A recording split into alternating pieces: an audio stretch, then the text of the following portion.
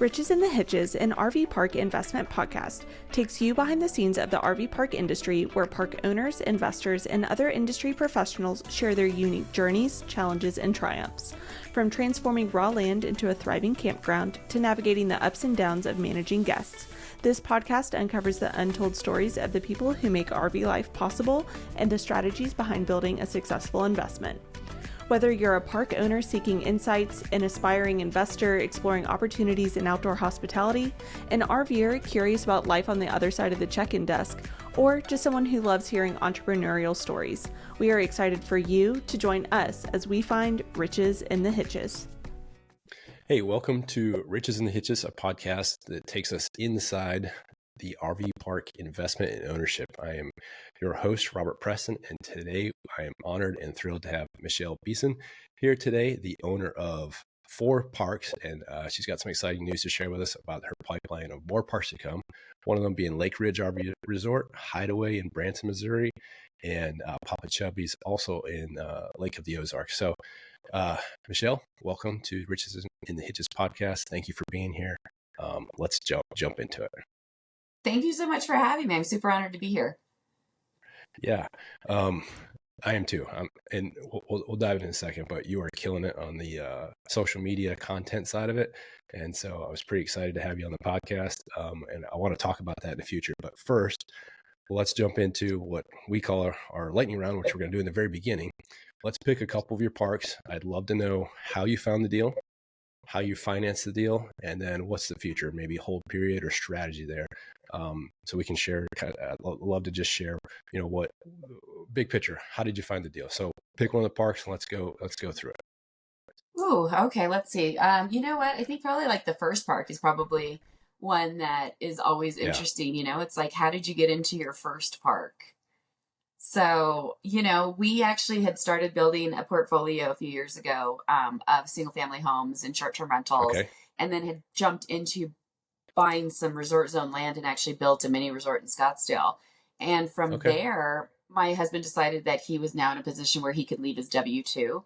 And he kind of came to me and was like, I really want to double our doors or double our income in the next 60 days. And I was just like, how do we do that? How is that even possible? And so when we really started looking at different asset classes, we kind of jumped into multifamily and thought, okay, well, maybe we need to be in multifamily, which then kind of pivoted us into like maybe hotels. Then we started looking at mobile home parks and storage units.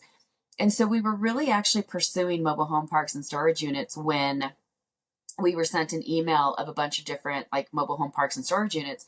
And at the very bottom of the email was this like little 2 lines on this RV park in Branson, Missouri. And it was like just such a random, like it was just there at the bottom. You could have missed it if you didn't pay attention, didn't scroll to the bottom.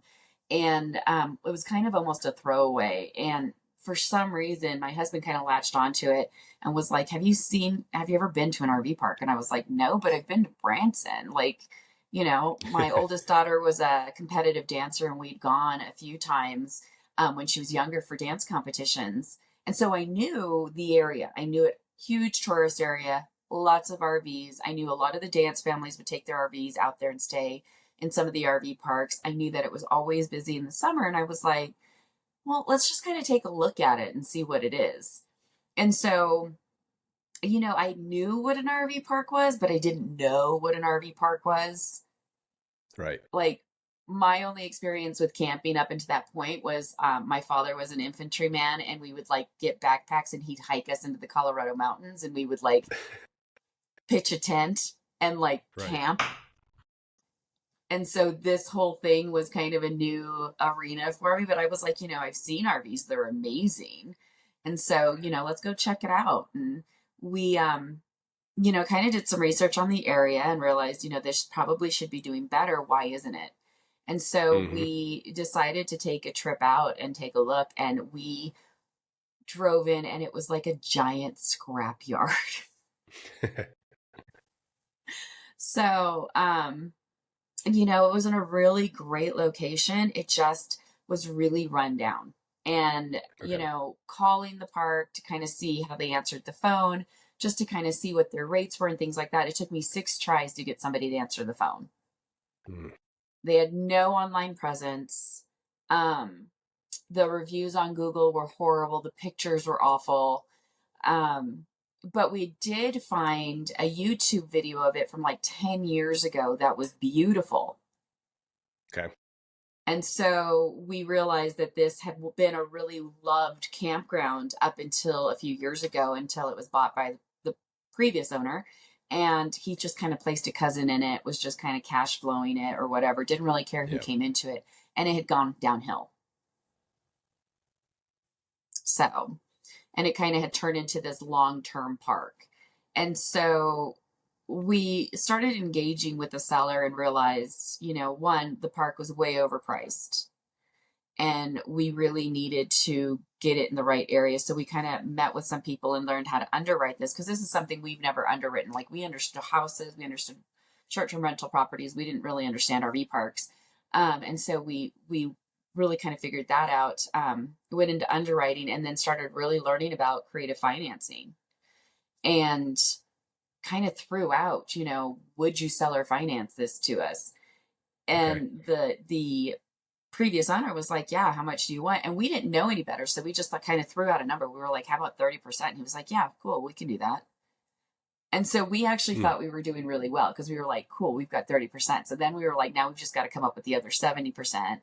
And kind of went into one of our real estate communities, and we were like, does anybody have somebody who wants to be a private money lender or a private money partner or anything like that? And what ended up happening was another gentleman in our community was like, I actually know somebody in Branson who has done multiple projects with the hotels. Maybe I'll connect you with them. So this all started, we found the first park at the end of October of 23. And we had to close it. We agreed that we would close it. The seller agreed to close it for 1.8. He was asking 3. He agreed to close it for 1.8 with 30% seller financing if we did it before the end of the year. Okay. So now we're on this time clock of, we've got to get this done. So we're kind of engaging banks. We're looking for a private money partner. We're doing all these things. This gentleman introduced us to a guy in Branson who had done a bunch of parks. We went out.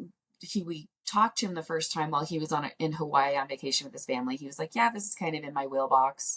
I come back next week. Why don't we meet? So we booked it out there, met with him on the park, kind of sold him and his wife on the vision of what we had in mind.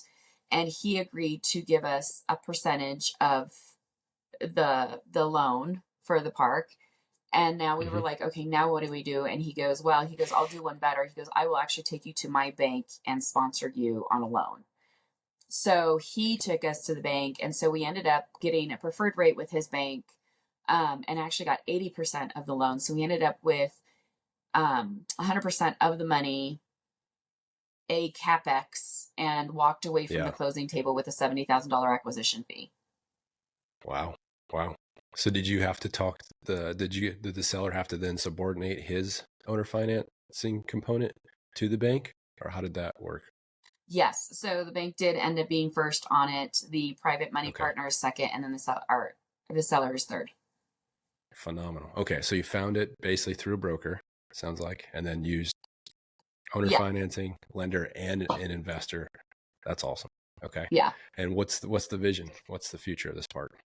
So, like I said, it was really run down. It had become a long-term park. It's in a great area. It's about half a mile from the country strip. They get 10 million visitors a year.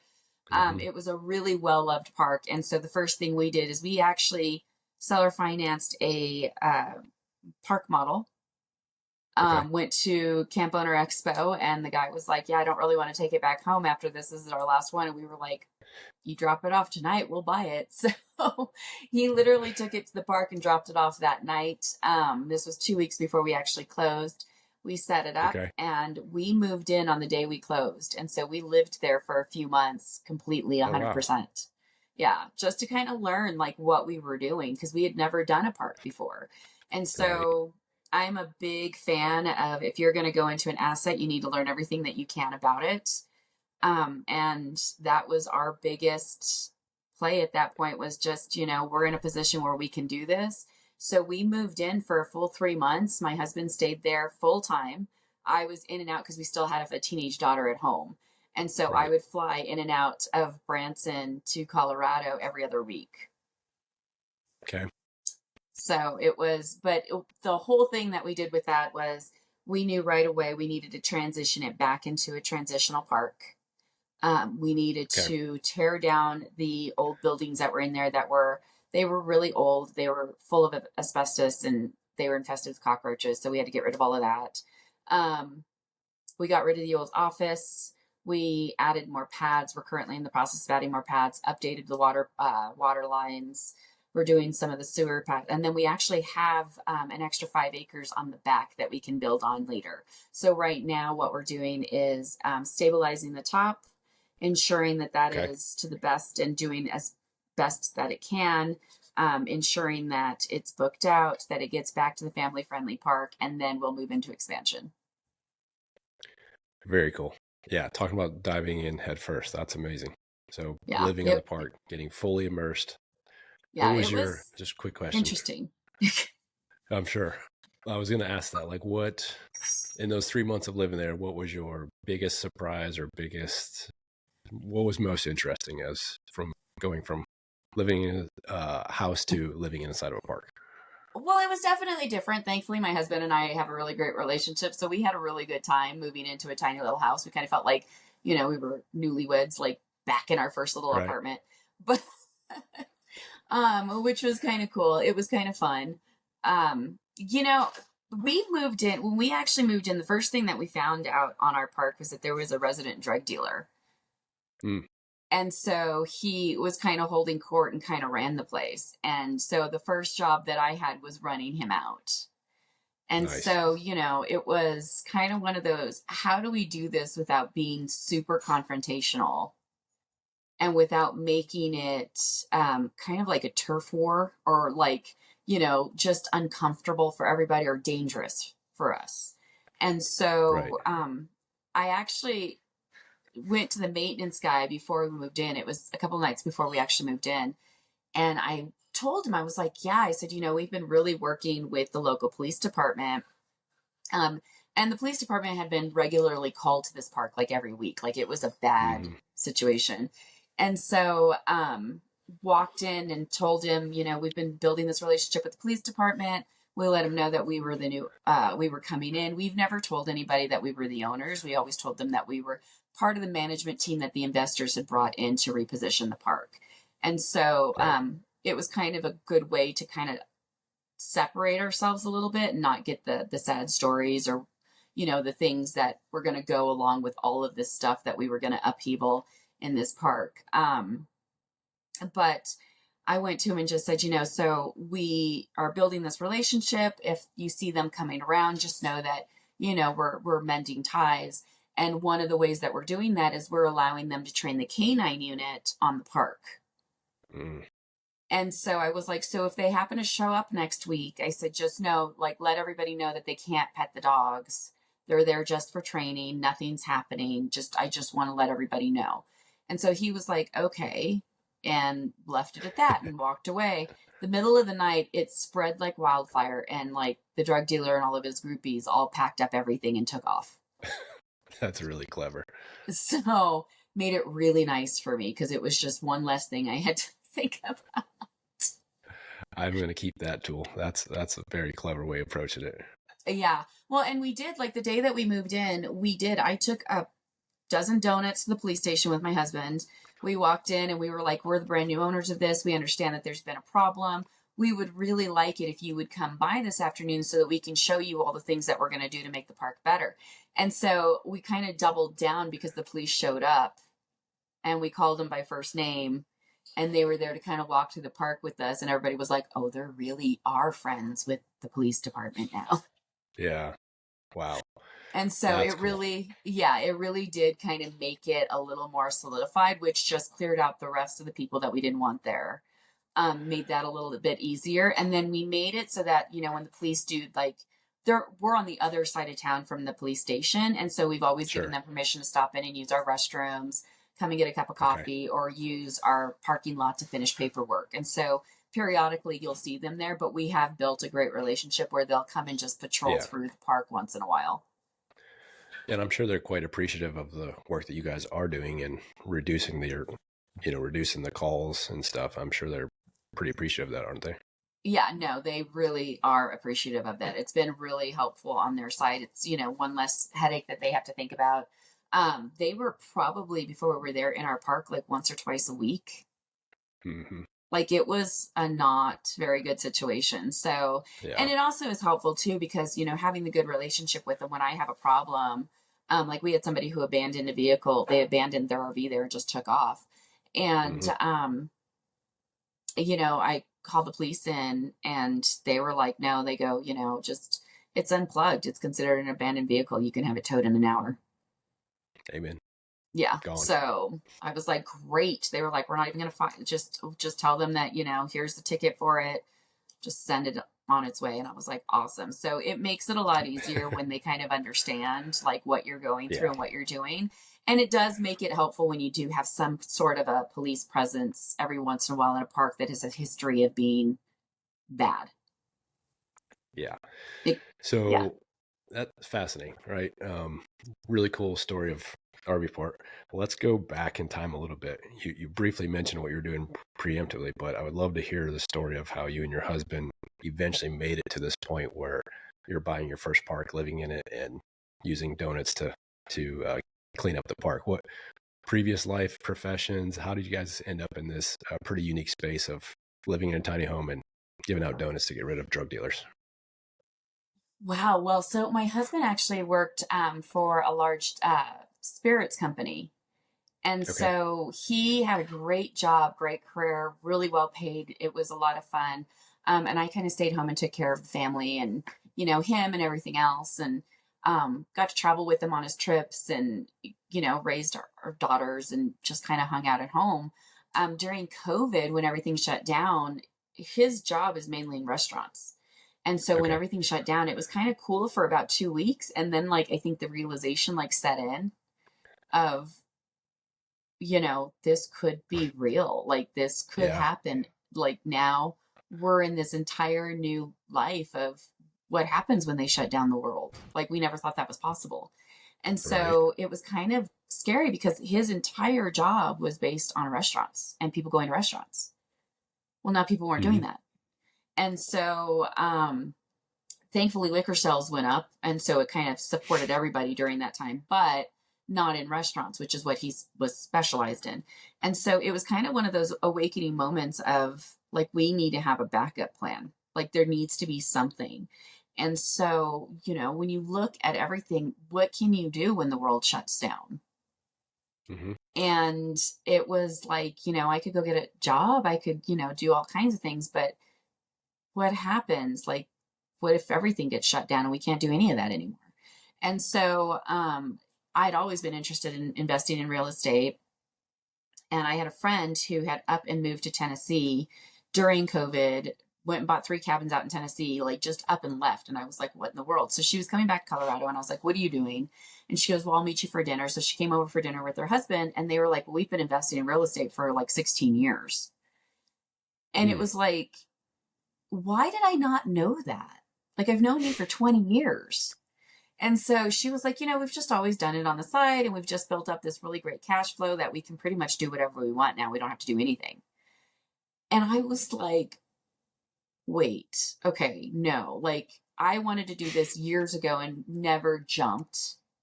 And I Hmm. wasted all of this time. And Hmm. so that night, my husband looked at me and he was like, I think that's something we could do. And I was like, why are we not doing it? And so the next day I reached out to a real estate agent and said, basically, I want to get into real estate investing. This is the type of house that I want. This is what I want to do with it. This is the area that I want. And this is the price point that I want. If you can find this and give me a good deal on it, I will bring all of my deals to you. And this is like right when the housing market was starting to go up and rates were Yeah. coming down. So it was like right around Okay. then. So the next morning, my husband goes out to go play golf and she calls me and she goes, hey, I've got this listing that's about to go live. I think it fits right in your buy box. Do you want to come look at it? And I was like, yeah. So sent my husband a text. He didn't answer, didn't respond because he was busy playing golf, whatever. Um, and, I went and looked at it and I was like, no, this fits perfect. I put in an offer and got in the car and started calling him, and he wasn't answering the phone. So about halfway home, he finally calls me back, and he's like, "What's wrong?" Because he thought something had happened. And Yeah. I was like, "Hey, Four missed calls, right? yeah." Well, actually, it was more like 50 with text messages because Okay. I was just calling him, like, "Just pick up the phone. I don't know if I like messed up or what Yeah. happened, but we're gonna buy a house whether you like it or not." And so, um, I picked up the phone and he was like, "Are you okay?" And I was like, "Yeah." I said, "Hey, listen, we bought a house. It's going to be fine. We'll talk about it later." And I hung up. And he was like, "Okay." So he comes in with this look on his face, like, and he tells me he had the worst round of golf he'd ever played. And he was like, "What is happening? Am I moving? Are you moving?" And I was like, "No, you said we were going to be investors. I went and bought our first investment property." And he goes, "I thought we were going to talk about it." And I was like, "We are talking about it right now." So that was kind of how we jumped into our first one. Within 2 days, I actually had a contract for a tenant. I had my first deposit. They were moving in 30 days, the same day that we closed. And Mm-hmm. I was like, "Look, we're going to make an extra $700 and I'm not doing anything." And he was like, "Let's do it again." So we literally went out. That was a Saturday, went out Monday and actually put in an offer on our second house, and then Okay. closed them both on the same day and had tenants move in that night. Wow. And then did This is it in again. Colorado? Was this in It Colorado? is in Colorado. Yeah. So Okay. we built up a pretty good long-term portfolio here. All of our rates were below 3. Um, Houses all Yeah. appreciated really, really well. We actually cashed out stocks. We did a bunch of conventional loans, took out all of our savings, like did everything that we could to acquire these You were houses. all in. We were all in. Like we are, like I said earlier, when we jump in, we jump in. So, I'm seeing a um, trend here for sure. yeah, and really just kind of did that. And then we're approached with this resort zone property for our broker, and about a year and a half in, and we were like, we don't know if we want to do that. And so after a lot of talking and negotiating, the price was originally like 1.6. We actually ended up getting it down to 565. Ended Wow. up buying it, and it came with the plans, the stamp approvals, all the architecture work. All we had to do was find a builder. So we bought it and broke ground on it probably a month after we purchased it. Um, and while that was being built, I was like, we decided we were going to run it like a short term rental. And I realized I had never run a short term rental. And Right. so called my real estate agent, did some research, that there was this one part in Florida, this one little area in Florida that I want to buy a house in to rent out as a short term rental and learn. And that was on a Friday. By Monday, we were out there and had put in an offer on a house. Um, we had rented it back to the previous owners for 3 months so that they could get into a new house. Walked in, gutted it, repositioned it, and then started putting that on the market as a short term rental. Wow. Yeah. So then bought a couple more while we were down there visiting, because just fell in love with the area. It's in Port St. Joe. It's a Yeah. beautiful, beautiful area with beautiful beaches. We were actually just there a couple of weeks ago, at one of our beachfront house, and jumped into STRs at that point. And I realized really fast I don't want to run STRs, so I hired management. Okay. So Yep. So that's kind Yeah. of how we built our portfolio. So by the time we moved into RV parks, we already had an $18 million portfolio that was self sustaining, that was doing really well. And that Okay. gave my husband the ability to leave his W 2 so that we could both go all in on RV parks. Now, when you guys made that switch, or really, I mean, I think you're still in the process of making the switch to the RV park portfolio. You have 4 now, and you were sharing before the show started that you've got at least 3 under contract. So, um, is the game plan here to eventually sell off the single family portfolio, or have you doing that, or is it kind of dual tracking and growing both portfolios at the same time? I think it just depends on what's going on. Like, we've got great tenants that we have never had an issue with. Almost every single one of them has its original tenant in it. So this is going on Right. our 5th year. They consistently go up every year. We raise the rent price by 2%, which isn't huge, but it's enough. Right. The mortgage on them keeps getting paid down. The equity keeps going up, and our rates are all below 3. So, you know, it's Hard to kind of give one up. of those, if we needed to, we could. Like, we did sell a couple. We had a couple of one offs. Like, we had a property in California that my daughter and her friends were renting. And then we had a property in Chicago that we had somebody renting. We did Yeah. sell those off because we were like, you know, they're Okay. just kind of one offs and we don't really, you know, we don't really need them in our portfolio. The Yeah. opportunity came up to sell them. We sold them, made a profit on them. And so it was kind of a, you know, a good thing to do. But Yeah. right now, we're just kind of gauging things and just deciding on what to do. It really does bring in a good, significant cash flow that we don't really work Right. hard for. And so there's really little maintenance to them. And then our short term portfolio pretty much runs itself. Gotcha. All right. Well, let's jump to today. Right. Tell us about your portfolio today in the RV space. And you mentioned I'd love to hear how you are running them, because you mentioned you hired a management company for your single family rentals and short term rentals. You know, what's the portfolio look like today?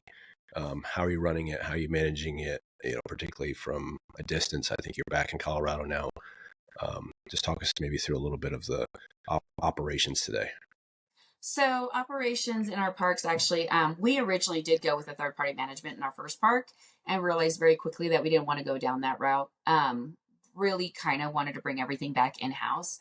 We had them for just under a year, and just realized that it wasn't for us. It wasn't a good fit. Hmm. So we did end up keeping the manager that they did put in place. We loved her.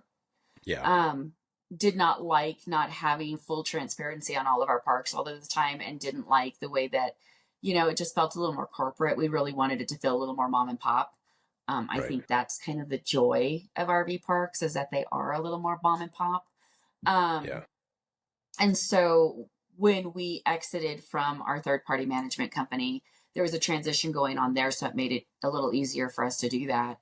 And we were Hmm. able to keep our manager. And so with her, she has been so amazing. She has really taken on our park like it was her own, and really is just ahead of the things that are happening. So when she sees something, she just takes it upon herself to make sure that it's fixed and taken care of. And that's just a trait that you don't see a lot in people. Um, Hmm. and so, in order to reward her for that, we actually just promoted her, actually. So, she's now moving into one of our bigger parks, and she's kind of taking on more Okay. of a regional role. Right. And so, she's kind of helping to train the new management of our new park to kind of get them on the same guidelines of how she was doing things. We always got lots of compliments and lots of reviews on how great she was. And I really wanted to keep that streamlined. So she's right now in the process of training the new management before she moves over into one of our bigger parks.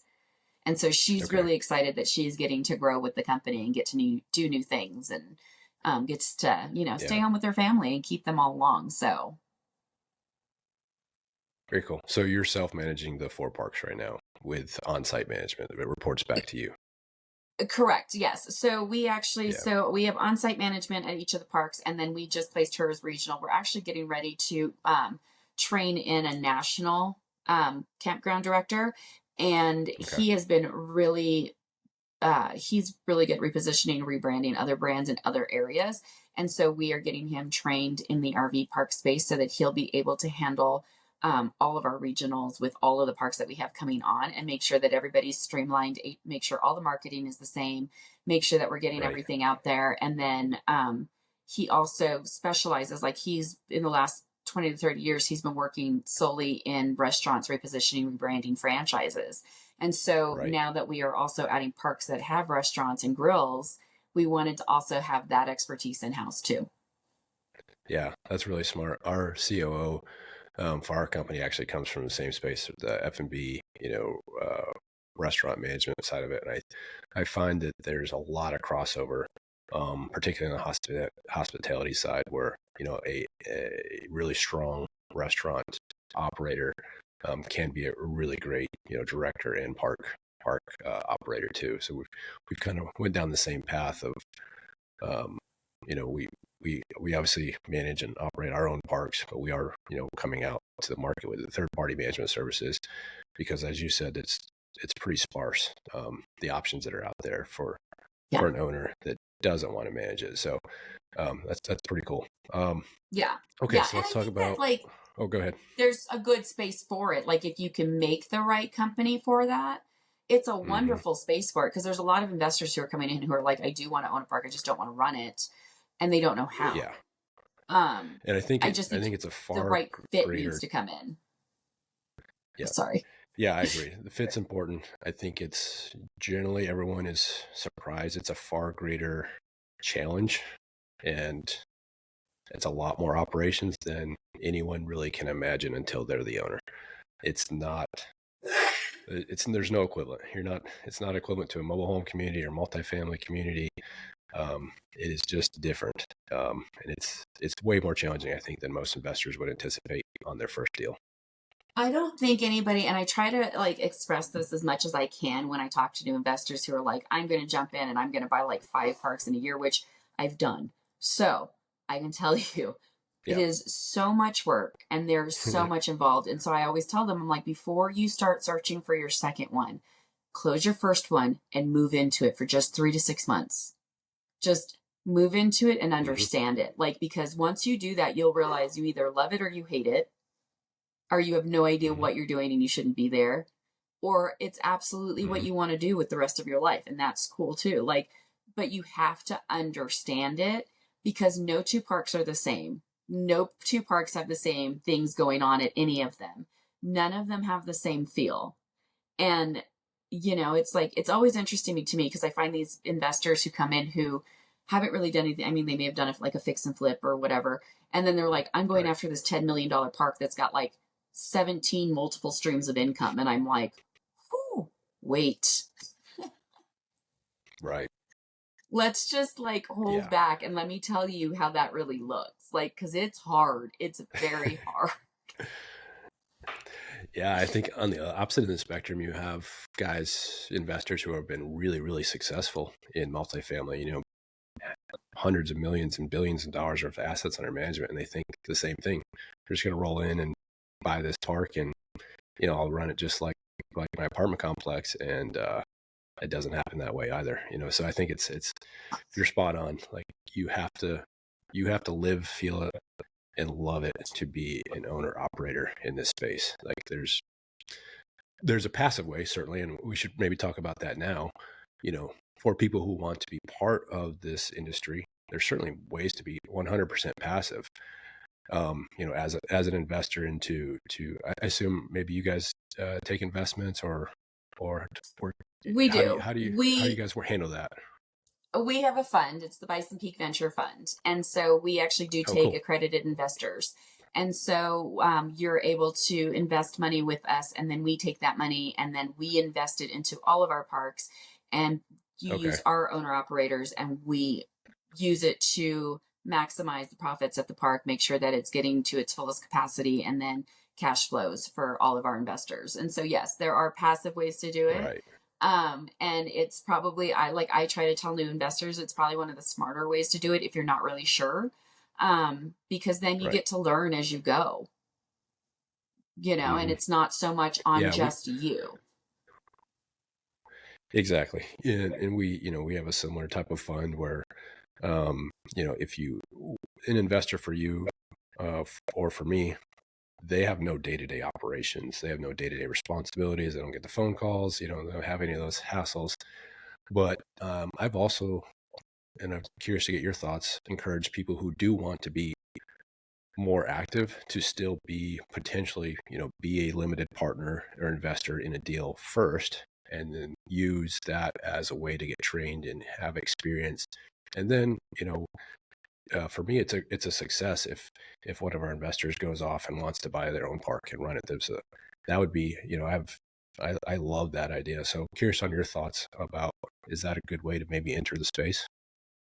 I think it's actually a great way to enter the space. I think that, being able to come in as a limited partner, kind of learn everything. Like, we leave everything open for all of our investors. Mm-hmm. If you want to come down and spend a week at the park and shadow our managers, absolutely. Like, we are totally open to that. If you want to come and see how we do things on the back end, we've had investors who have been on calls with us with sellers. We've done all those things. We like to kind of call it wedging them into ownership, where they get to, kind of have a little bit of what they can take, and then they get to leave, and then they can dip back in when they're ready. And it's a Okay. really good way of learning the processes and all the things that are involved in running your park. You're not doing it Yeah. so much trial by fire like we did. Yeah. So, which I'm Yeah. sure like you guys probably did the same thing when you got in. Yeah, we did. Yeah. For us, the backstory is Marine Corps pilot, and then we bought an RV and we're on the road doing it. And as a customer, and that's where we fell in love as a customer, and spent some time there. And then came back and kind of jumped in like you guys did. I wouldn't say we went quite as fast and as deep, as living inside the park. We were in our motorhome as customers on vacation, but then we came back and the first couple we bought were close to the house, so we were able to be on site really all the time. So that's how we learned. So tell us Yeah. about, okay, so you mentioned, I think you got one you're buying in Alaska. Is that true? We are. Yeah. We're actually getting ready to buy the largest park in Alaska. It's in Valdez. Yeah, I saw that Really for sale. beautiful, beautiful area. Just, I fell in love with it. Like it came on our radar, from a broker, and everyone on my team was kind of like, well, I don't really know. And I was like, I want it. Like, I don't know why, but I want a park in Alaska. Like, I've always wanted to visit. I've always wanted to go there. And I was like, what better opportunity than if I have property there? And so in December, actually, we went up, to kind of check it out. And I just fell in love with the place the minute we hit ground. Like, Alaska's amazing. It's beautiful. It's Yeah. different. And I kept saying to the sellers, I was like, I'm not overly impressed with mountains. I come from Colorado. I see the Rocky Yeah. Mountains outside my window every single day. I've grown up with them. I was thoroughly impressed with the mountains up there. So What's going on in December in an RV park in Alaska? I got to ask, like, is there people still nothing. actually there? No, it was Okay. totally closed. It was totally closed. Okay. But it was still a great, like they had it all winterized. It was shut off for the season. We had Right. looked at a bunch of different videos of it on YouTube from when it was active during the season. It does really, really cash wise. It's a small season for them. I think it's about 4.5 months. Okay. But they have a really solid following. It's in a destination area. It stays relatively busy during the season. Beautiful, beautiful place. Sellers were phenomenal. Like that's one of my favorite things is when I get amazing sellers because I like to keep them a part of things. So like they're going to come Yeah. back and do fish fries with us during the summer. And I love that because that was one of their favorite things to do. And I don't want to take that away from them. And it just kind of adds to the appeal of the park. So we are so excited that they're going to continue coming back to do fish fries with us. And actually, when I go out this summer, they told me they would teach me how to squid fish. So I'm super excited about that. There's what type of fringe benefits the squid fishing is not one you'd put on the things that you thought you'd have for fringe benefits of being an RV park owner, but that's pretty cool. Yeah, no. So I'm really excited about that. Like I'm just, I've never done that. I've also never made fresh calamari. I had fresh calamari for the first time there because Yeah.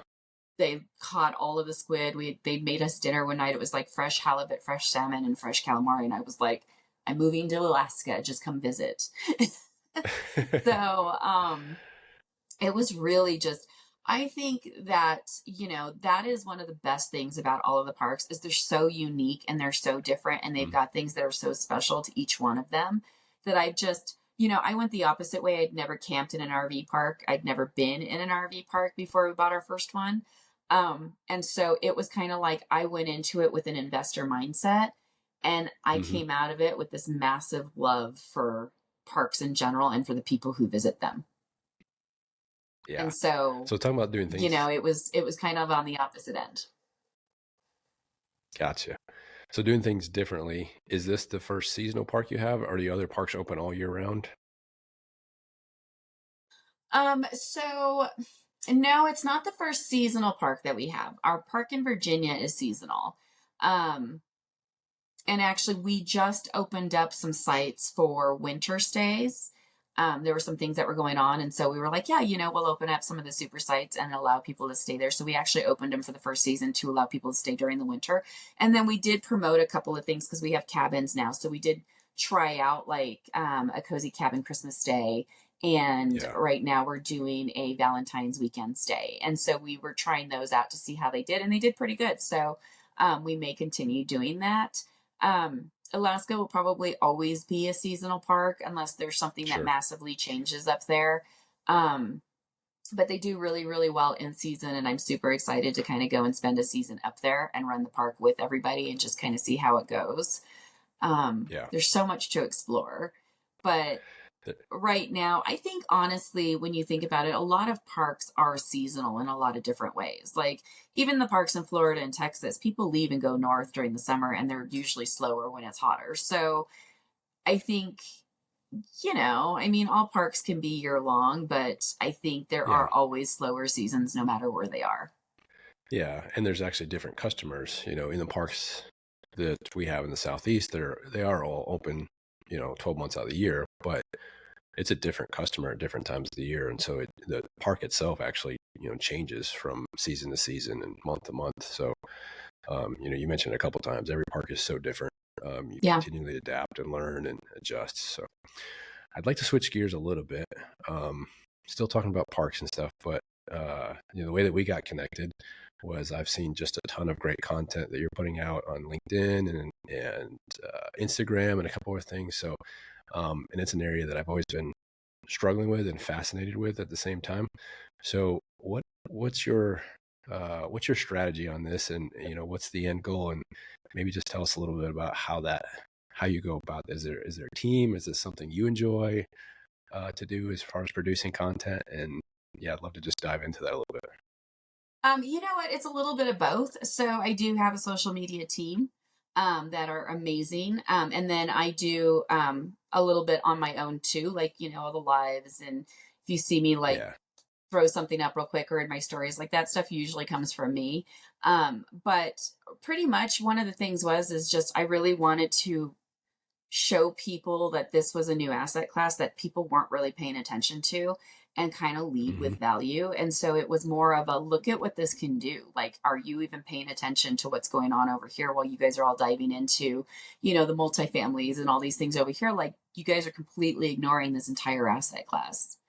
And you have Yeah. no idea. Like, I just made $100,000 on golf carts, and you guys are over here trying to figure out laundry rooms. Like, Yeah. And buying things at so five caps. yeah, like, and that's the thing is it was like, when we pivoted when everybody else was moving into multifamilies, it seemed like, and Hmm. we went in the complete opposite direction. Everybody thought we were insane. And Hmm. now everybody's like, why aren't we doing RV parks? And I'm like, I've been telling you. Yeah. So it really has been, it was more on I wanted to just kind of show people that, well, one, I was a stay-at-home mom when I started all this. And we built up this entire portfolio where my husband was able to quit his W 2. And so I Wow. wanted to be inspirational to other women. I wanted to be inspirational to my own daughters. I wanted to be able to show people that, it doesn't matter where you came from, you can do this. Like, you just have to have the grit and the know how and the want to do something different. How many people went through everything the last few years and they were just like losing their jobs or weren't able to buy things or, just simple little things. And it's not necessarily like you may not want to retire your husband out of his job. Maybe it's just to go on vacation or to buy your kid, those expensive shoes they want for Christmas. Like, whatever Right. your reason is for making extra money and to build something that you don't have to depend on somebody else to do is your own personal story, but you can do it, whatever Yeah. level you want it to be. Yeah. That's good. You hear the idea of like financial freedom. I think most people think about it first as like the idea of not working or doing whatever you want. I think financial freedom generally doesn't mean that you're not working or always on vacation. It means that you have control over what you're working on and Yeah. how you're working on it. And a large part of why we're in this space is for the returns and whatnot that you mentioned, but it's also because it is something that we can do with the kids, right? Yeah. It is a job, or it's an industry that you can bring your family along and really enjoy it. Like, it's vacation. Um, and that doesn't exist in, most other asset classes that you're investing in. So no one goes on vacation to hang out at their self-storage facility. No. Although it may be a great investment, it's just not fun. So that's cool. I love your take on that. Yeah, I think that, going into the space, it is definitely, my kids are older. Like my oldest one is 25 now. My youngest is 17. She's getting ready to, head out into the world and do her own thing.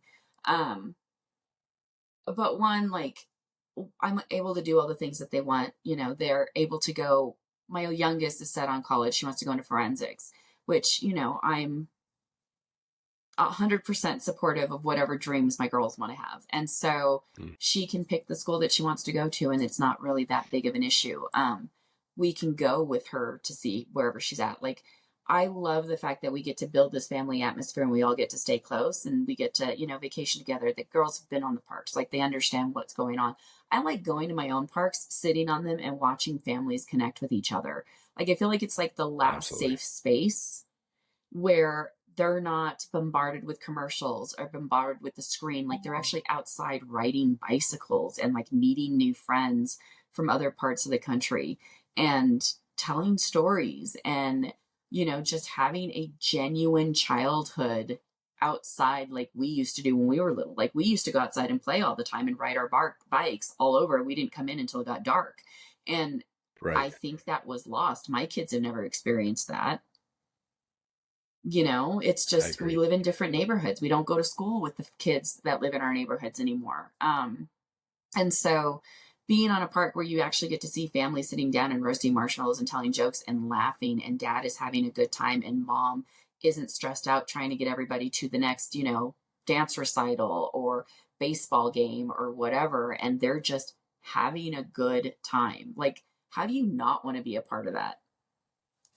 Exactly. Like that's basically our motto, disconnect to reconnect. And it's the idea of getting away from the screens and getting stuff so that you reconnect with each other or to the land or to your new neighbor, which is parked beside you. And, that's what was very surprising to us and attracted us to this space first as customer was, in a 4 week vacation time span of traveling, our kids had made so many friends. Now they never Yeah. remembered anyone's name, and there's never a name. This is my friend at the other camper. We're riding bikes Yes. together. But man, yeah, the bike, get the bikes out and they're just gone, and they And they're gone. play And as they're hard gone. as they And you can feel till good. You feel yeah, good watching them, and you feel good watching you them feel playing safe. with new friends. And you just, like, I spent my summers on a ranch at my grandparents' house, and that's the experiences that I had with my cousins. And, there's just something about a campfire that just breaks down walls. It does, and And, also. Yeah, campfires break down walls, and also every RV always has something broken, so you always need help from your neighbor. Like always something like, "Hey, you got yes. this wrench or a flashlight?" Or yeah, so you will meet your neighbors. Always meet your neighbors. It's gonna be great. Yeah. Yeah. Um, And it's great. all right, what's the future? Are you guys thinking about like a brand for all these parks? Will they stay their own name? What tell us kind of any exciting news that's coming for the parks or maybe for you. I think what we're going to do right now is our fund is a 5-year hold. And so at this point in time, what we're doing is we are buying parks that we feel would be a good fit for the fund and for all of our investors. And then Yeah, at the end of 5 years, we will reevaluate which ones we want to keep and which ones we will probably divest to somebody else, or, whatever needs to happen. Move the ones that do well into fund two and allow the investors to move into fund two with them. And then just go from there. At that point, we will establish whether we're going to brand them under a single brand. hmm But right now we kind of want the freedom to decide which ones make it into the brand, which ones that we can get to where we want them to go, and then sure. um, divest the ones that don't perform the way that we feel like they should. Very good. Well, we'll wrap up podcast a little bit. I've got just a couple last questions for you. I think this has been a phenomenal interview. It's been really insightful and entertaining for me to listen to, and I'm sure the guests will love it, or the listeners will love it as well. But I wanted to ask just a couple wrap up questions. So, we had fun with the name of this podcast, Riches and the Hitches, but like we were just talking about, it's not that much about the money. It's a fun name, but we really, really believe in building atmospheres and properties and stuff that promote that connection that we were just talking about. So curious to know, what are the ways that you or your companies, give back? What are your passion projects that go past, the idea from the investment perspective? Well, actually, that's an interesting question because my legacy project, all of this, everything that I've been building is leading up into one legacy project that I really want to work on as I move forward. And so, it's not about the cash, it's not about the money. I mean, it is for my investors, and I'm totally happy to be Sure. able to be part of that and help them build the future that they want to build. But in this, there's multifold. And I want to be able to help baby boomers retire comfortably, Okay. because a lot of them didn't have a backup plan on how they were going to retire. They felt like their children were going to take over and they decided not to. And now they don't know Mhm. what they're going to do. I want to be able to hire people who have the wanderlust, but they do also need to be able to work on the road. And having multiple parks gives them the opportunity to work in different places at different times, and keep a job under one umbrella. I also Yeah. want to be able to help in some certain parks. We have certain parts of our park are actually allotted for affordable housing options, which actually they're Okay. kind of set apart from everything else. And it gives them a safe, beautiful area for people to live in their campers on the campgrounds, and gives them that opportunity to make it a little easier for them. But ultimately, what it all rolls into is that I ultimately want to build a family legacy grant where Okay. I lost a son years ago to a heart condition, and Mhm. he was 6 years old. And so I want to be able to build grants to help families pay for heart transplant surgeries and the bills that are associated with those things. So they can be about $250,000 after insurance. And that's a Mm. huge, huge bill for a family, especially when they're starting out as a young family and then they're hit with a sick child. And then they've got Mm. all of these issues that they have to deal with. So I want to be able to help alleviate some of that for families. That's amazing. Thank What a you. big heart. And thank you for Yeah, sharing so that. that's I know that tough story. That's ultimately a tough what, story. yeah, it's definitely not, it's, but it's something that my family feels very strongly about. My Yeah. daughters, all of us, we're all very close, and that's kind of what we all are aiming for. So we all leave something behind. So Well, how can we, or the listeners, how can we help you achieve those missions? How can people connect with you? What places should they go to talk to you more about being part of that? yeah, so you can always find me on Instagram, which is probably one of the places you found me, but that's at Mychele Mhm. Bisson, Mychele Bisson. I'm always putting content out there about how you can get into parks, how you can value add parks, and how you can go into them creatively. Um, I also have a website, michelebisson.com, where you can actually learn how to invest with me, see the Mhm. projects that we're working and what's coming up next. And then we're constantly expanding that. I'm moving into workshops and an educational platform where I'm going to be Very teaching cool. people how to get into their own and how to find them, how to fund them, and how to run them, basically. Very cool. Awesome. All right. Well, Mychele, thank you so much for being an amazing guest on Riches and the Hitches, and we'll be rooting and praying for you for your success in the parks and for all these endeavors that you've blessed us by sharing your heart and desires on that. So we thank you so much for that, and Thank we you. wish you the best. Thank you so much. And thank you so much for your service.